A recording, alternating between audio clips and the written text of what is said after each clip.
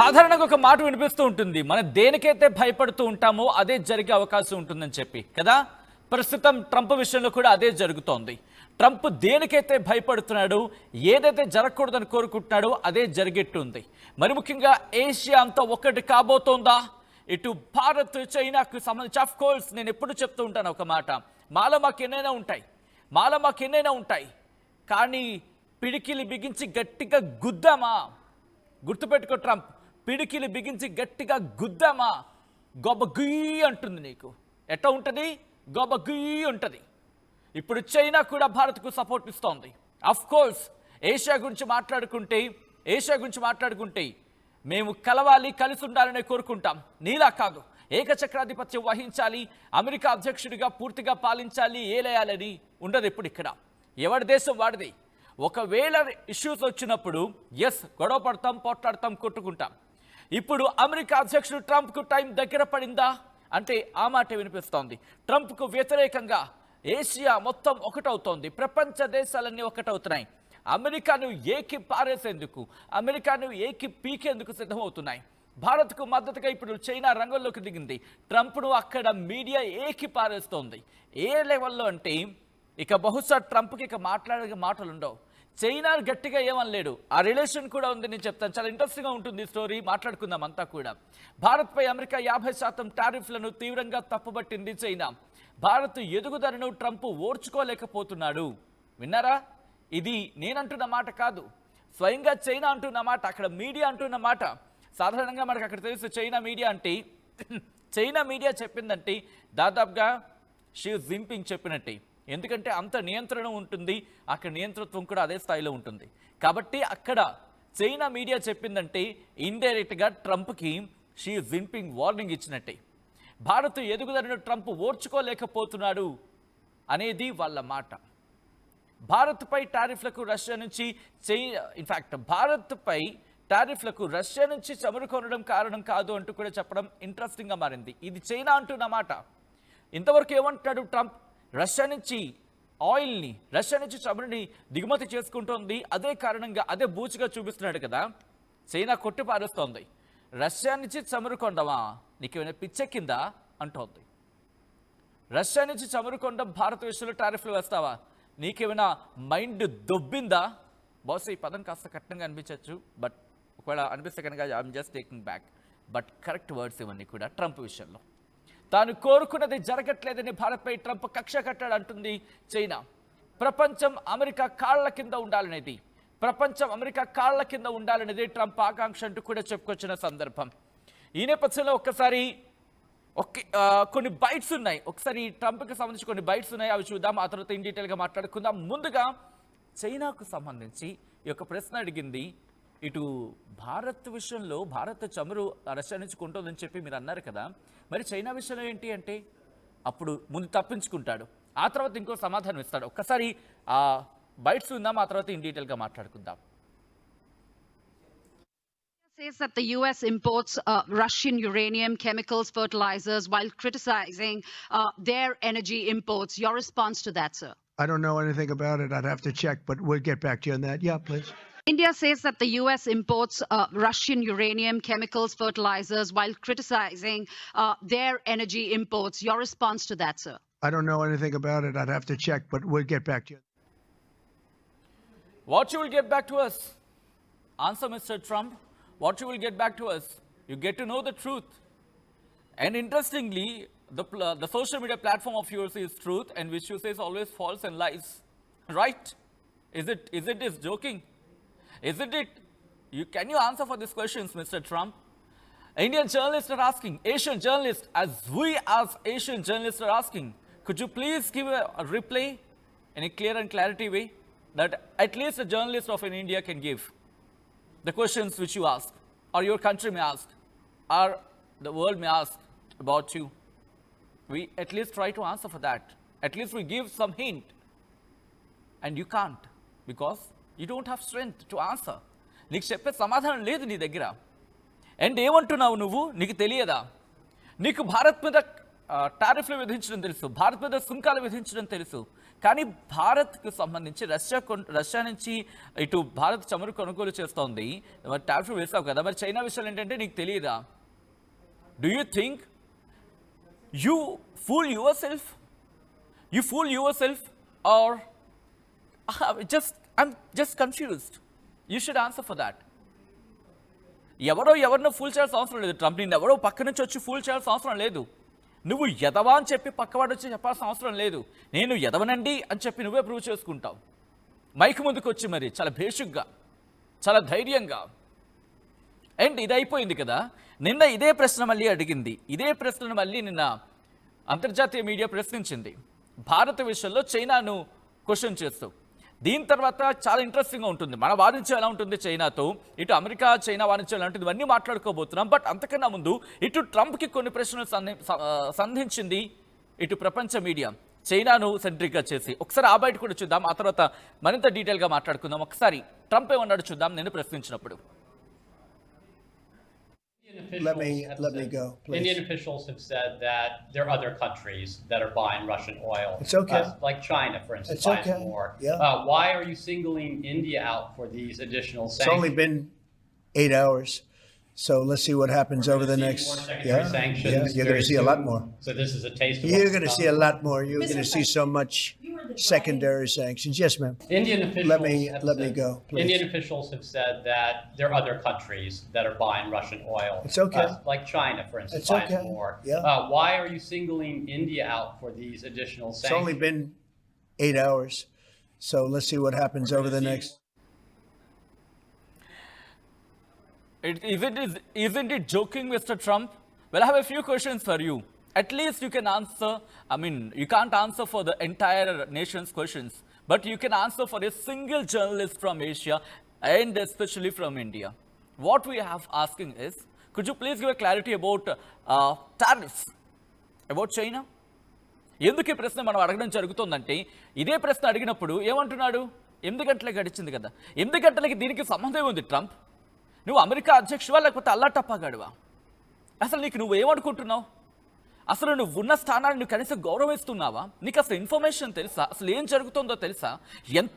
ఎవరికి టారిఫ్స్ వేస్తున్నావో తెలుసా? చైనా ఎంత కొంటుందో తెలుసా? అండ్ నువ్వెందుకు చైనా అని అనట్లేదు కూడా మాకు తెలుసు. నేను మాట్లాడతా దాని గురించి కూడా. ఎందుకంటే నీకు వెనకాల నుంచి రాడ్డు పడుతోంది. బాస్, ఈ పదం కఠినంగా అనిపించవచ్చు. నీకు వెనకాల నుంచి ఏ స్థాయిలో రాడ్డు పడుతుందో దాని గురించి కూడా మాట్లాడుకుందాం. అండ్ ఈరోజు ఇదే చైనా ట్రంప్ని ఏకి పారేస్తుంది. కారణం, ఈ చైనా కూడా ఇబ్బంది పడింది గత కొద్ది రోజుల క్రితం. ఏకంగా ఏదో మన పాట అంటూ వేలం పాట అంటూ ఉంటారు కదా, 70 కాదు 80, 80 కాదు 90, 90 కాదు 100, ఇలాగే జరిగింది వాళ్ళ టారిఫ్ వార్. ఆఖరికి వీడు బెదిరిపోయాడు. ఈ 75 ఏళ్ల కురువృద్ధుడు, సోకాల్డ్ అమెరికా అధ్యక్షుడు, అల్లటప్ప అధ్యక్షుడు, బహుశా సెకండ్ టైం అలాగే అనిపిస్తోంది, భయపడిపోతున్నాడు. ఇప్పుడు కూడా ఈరోజు మాట్లాడడానికి ఏమంటాడు, a lot more sanctions, a lot more secondary sanctions. What the fun that you are talking? What you are joking, Mr. Trump? What more sanctions that you will put on India? What more sanctions? Do you think India will scare about you? Never, Mr. Trump. మేము భయపడేది లేదు, బెదిరేది లేదు. మరి ముఖ్యంగా secondary sanctions వేస్తావా? ఏం వేస్తావు ఇంకా శాంక్షన్స్? ఇప్పటికే నీకు నీ అమెరికాలోని నీ వాళ్ళే చెప్తున్నారు కదయ్యా, రష్యా ఆయిల్ గురించి ఒకసారి వెళ్ళి కొంచెం చదువుకో, 2-3 పేపర్లు తిరగాయి. మీరే చెప్పారు ఇప్పుడు ఆయిల్కి సంబంధించి ప్రాపర్గా లేకపోతే బాగోదని చెప్పి. సో అప్పుడు కదా భారత్ ఆప్షన్ తీసుకుంది. ఇప్పుడు చైనా కూడా అదే అంటుంది కదా, నువ్వు అనుకున్నది జరగట్లేదు కాబట్టి ఇప్పుడు నువ్వు ఇలాంటి వేషాలు వేస్తున్నావు అని చెప్పి. కరెక్టే కదా? నువ్వేమనుకుంటున్నావు, ఎక్కడ బ్రిక్స్ ఒకటైపోతుందని చెప్పి భయపడుతున్నావు. ఇంతవరకు నువ్వే కలుపుతున్నావు. నీకు తెలియకుండా నువ్వు చేస్తున్న తప్పేంటో తెలుసా? బ్రిక్స్ని ఒకటి చేస్తున్నావు, సార్క్ని ఒకటి చేస్తున్నావు, ఏషియన్ కంట్రీస్ని ఒకటి చేస్తున్నావు. ఇలా నీకు తెలియకుండా నువ్వే మొత్తం అందరిని ఒకటి చేస్తున్నావు. ఇప్పుడు భారత ప్రధాని నరేంద్ర మోదీ కూడా చైనా వెళ్ళబోతున్నారు 2019 తర్వాత. రిమెంబర్, 2019 తర్వాత జరుగుతున్న పరిణామక్రమం ఇది. ఈరోజు ఇదే ట్రంప్ భయపడిపోయి రష్యాకు పరుగు పెడుతున్నాడు. ఇది కూడా మీకు ఇంట్రెస్టింగ్ డెవలప్మెంట్ తెలుసా? భారత్ దెబ్బకి భయపడి రష్యాతో చర్చకు వెళ్తున్నాడు ట్రంప్. ఇది లేటెస్ట్ డెవలప్మెంట్. అండ్ దానికి సంబంధించి కూడా డీటెయిల్ ఇన్ఫర్మేషన్ మళ్ళీ మరి కాసేపట్లో ముందుంచే ప్రయత్నం చేస్తుంది ఆర్టీవీ. భారత్ దెబ్బకి భయపడ్డాడు, మాట్లాడుతున్నాడు. కానీ మీరు సెకండ్ బైట్ వింటుంటే ఏమంటున్నాడు? లాట్ మోర్ సెకండరీ శాంక్షన్స్ అంటున్నాడు. చైనా అనట్లే. ఎందుకు అనట్లేదంటే కనుక అమెరికాకు చైనాకి అటువంటి రిలేషన్ ఉంది. ఇప్పుడు చైనాకి సంబంధించి ఏమైనా అంటే ఆల్రెడీ శాంక్షన్స్ పడినప్పుడు అమెరికాలో ఉన్న కాస్త దిగ్గజ కంపెనీలు కావచ్చు, ఆ వ్యాపారులు కావచ్చు, ట్రంప్ని బెదిరించారు, భయపెట్టారు అనే ఒక చర్చ జరుగుతుంది. అండ్ అది ఇంకా దానికి అక్కడ క్లారిటీ లేదు. ఎందుకంటే కనుక ఆ వాణిజ్యం ఆ స్థాయిలో ఉంటుంది అమెరికాకు చైనాకు. మరి ముఖ్యంగా 658.9 2024లోని 658.9. నేను ఒకసారి మన ఎన్ని కోట్లకు కూడా నేను చెప్పే ప్రయత్నం చేస్తాను. 658 అంటే సుమారు 700 అనుకుందాం. దీంతో కలిపి ఎన్ని కోట్ల డాలర్లు చెప్తాను నేను. ఒక్కసారి ఆ నెంబర్ రాసి చూస్తేనే మరి ముఖ్యంగా ఒళ్ళు గగురుపాటు గురవుతుంది. 65,89,000 రిమెంబర్ ఈ నెంబర్ 65,89,000 కోట్లు. ఎంత? 65 లక్షలు అంటే దాదాపు 66 లక్షలు. పోనీ అటు ఇటు కాకుండా 65 లక్షలు అనుకుందాం. 65 లక్షల కోట్ల వ్యాపారం అమెరికాతో చైనాకుంది. రిమెంబర్ 2024 లెక్కల ప్రకారం అమెరికాకు వాణిజ్య లోటు ఉంది. అంటే అమెరికా పూడ్చిపెట్టుకోవాల్సినంత, అంటే ఇక్కడ చైనా నుంచి ఎక్కువ వెళ్తున్నాయి అమెరికాకు. అందుకే భయపడుతున్నాడు వీడు. అందుకే ఈ ముసలి నక్క, ఈ గుంట నక్క భయపడుతోంది. ఎంత లోటు ఉందో తెలుసా? 295 అంటే $300 బిలియన్. $300 బిలియన్ సుమారు అనుకుందాం. అంటే ఒక్కసారి ఆ నెంబర్ కూడా నేను మీకు చెప్పే ప్రయత్నం చేస్తాను. దాదాపుగా 30 లక్షల కోట్లు వాణిజ్య లోటు ఉంది. అది పూడ్చుకోవడానికి కింద మీద పడుతున్నాడు. అందుకే చైనాని గట్టిగా అనలేకపోతున్నాడు. భారత్ పాపం అణువుగా దొరికింది అనుకున్నాడు పాపం. కానీ భారత సత్తా ఏంటో నిన్న నరేంద్ర మోదీ మాట్లాడారు.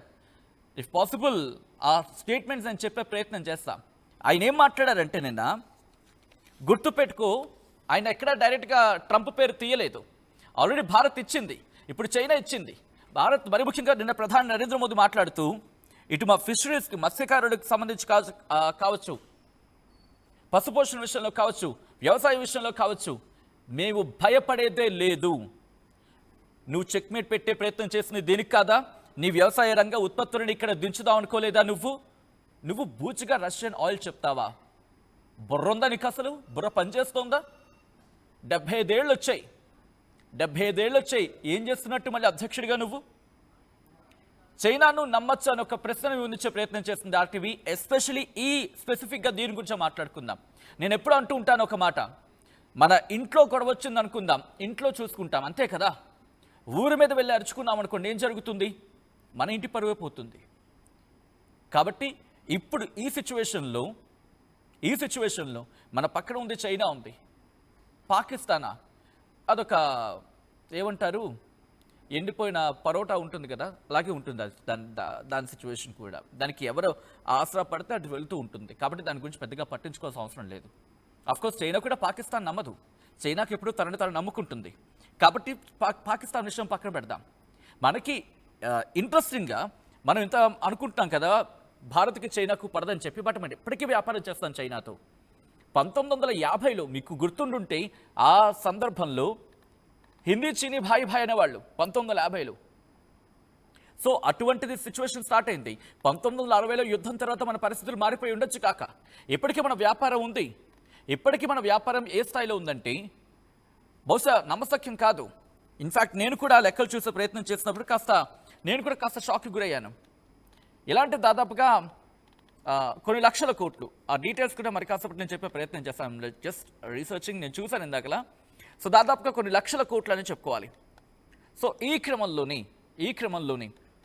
మనం ఇప్పటికీ వాళ్ళతో అంటే చైనాతో మనకు ఎగుమతులు దిగుమతులు ఉన్నాయి. ఇటు చైనాతో భారత్ కొన్ని పరిమితులు ఎగుమతులు ఉంటాయి. మొబైల్ భాగాలు కావచ్చు, ల్యాప్టాప్స్ కావచ్చు, చిప్స్ కావచ్చు, వీటిని మనం దిగుమతి చేసుకుంటున్నాం. ఇంకా ఉంది, డిపెండెన్సీ ఉంది పక్క ఉన్న దేశం మీద. అఫ్కోర్స్ గల్వాన్ ఘర్షణ తర్వాత కాస్త మనం చైనా యాప్స్ మీద నిషేధం విధించాం. 5G టెండర్లో జాగ్రత్త వహించడం జరుగుతోంది. దాంతోపాటు సప్లై చైన్ మీద ఆధారపడిన పరిస్థితి, ఫార్మా ఏపీఐస్ విషయంలో కావచ్చు, ఎలక్ట్రానిక్స్ విషయంలో కావచ్చు, వీటి మీద ఆధారపడుతున్నాం. దీనికి ఆల్టర్నేటివ్గా మన ఆత్మనిర్భర్ భారత్తో కావచ్చు, లేకపోతే మేక్ ఇన్ ఇండియా పేరుతో మనం దిగుమతుల మీద మరి ముఖ్యంగా చిప్స్కి సంబంధించి కాస్త జాగ్రత్త తీసుకుంటున్నాం. రిమెంబర్, ఇక్కడ భారత్ పాత్ర గురించి మాట్లాడుకుందాం. భారత్ రోల్ గురించి మాట్లాడుకుంటే చాలా జాగ్రత్తగా మీరు గుర్తుపెట్టుకోండి. నిన్న మోదీ ఇంకొక మాట అన్నారు. ఏమన్నారు? నాకు వ్యక్తిగతంగా దెబ్బ తగలచ్చు అని చెప్పి. ఇంత మాట ఎక్కడ అర్థం చేసుకోవచ్చు? ట్రంప్ విషయంలోనే కదా. సో ఇక్కడ క్లియర్ కట్గా అర్థమవుతోంది. నెక్స్ట్ ఆయన చైనా పర్యటనకి వెళ్ళబోతున్నారంటూ చర్చ జరుగుతోంది. అఫ్కోర్స్ అది దాదాపుగా కన్ఫర్మ్ అనుకోవచ్చేమో.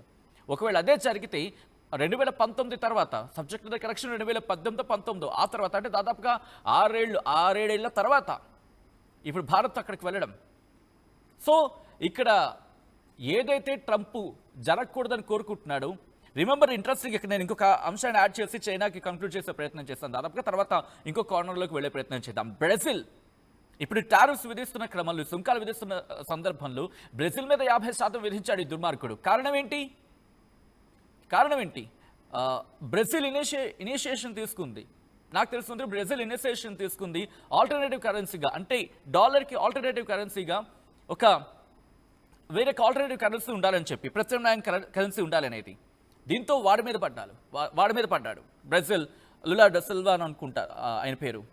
ఆయన మీద పడ్డాడు, బ్రెజిల్ మీద పడ్డాడు. ఆ తర్వాత ఇటు మెల్లిగా రష్యాకి సంబంధించి ఏకాకిని చేద్దాం అనుకుంటున్నాడు. బట్ ఇక్కడ గుర్తుపెట్టుకోవాల్సిన అంశం, ట్రంప్కి బహుశా అది బుర్ర పనిచేస్తుందో లేకపోతే మతస్థిమితం తప్పింది నాకు అర్థం కావట్లేదు. ఇదే యూరోపియన్ యూనియన్, అది యూకే కావచ్చు, వాళ్ళు కావచ్చు, ఎవరైనా కావచ్చు, పశ్చిమ దేశాలకు సంబంధించి గ్యాస్ ఇప్పటికీ ఎక్కడి నుంచి కొంటున్నారయ్యా మీరు? అడిగావా నువ్వు? మరి ఎందుకు వాళ్ళకి వేయట్లేదు tariffs? Why don't you put tariffs heavy on European Union? And they are also getting natural gas, in fact through a pipe line from Russia. You know that, right? And don't try to skip the answer for this. And I don't know. And you don't use the word for the next time, I don't know. If you don't know, then keep quiet. If you know, then answer. And I never ever use the word I don't know, Mr. Trump. If you don't know, keep quiet. We used to say in our classrooms when we are in around primary classes, keep finger on your mouth. It's better to do if you can follow that.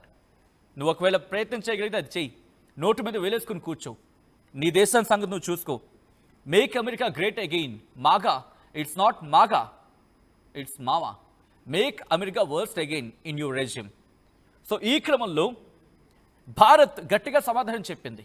ఇటు భారత ప్రధాని నరేంద్ర మోదీ నిన్న మాట్లాడుతున్న క్రమంలో కూడా గట్టిగా సమాధానం చెప్పారు. ఒకసారి భారత ప్రధాని నరేంద్ర మోదీ ఏమంటున్నారు చూద్దాం. ఈ కథనం మీద కాస్త కలవరపరచొచ్చు. అయితే మిమ్మల్ని కలవరపడగొచ్చడం ఆర్టీ ఉద్దేశం కాదు, కానీ ఇటువంటి కథనాలు చేసేవాడు కాస్త కలవరపడుకునే అవకాశం ఉంటుంది. కాబట్టి దీనికి సంబంధించి తగిన జాగ్రత్తలు తీసుకోవాలని ఆర్టీవీ సూచించడం జరుగుతోంది. This is somewhere disturbing content, video description is advised. ఒకసారి భారత ప్రధాని నరేంద్ర మోదీ ఇటు ట్రంప్కి దిమ్మ తిరిగిపోయే సమాధానం ఇస్తారు.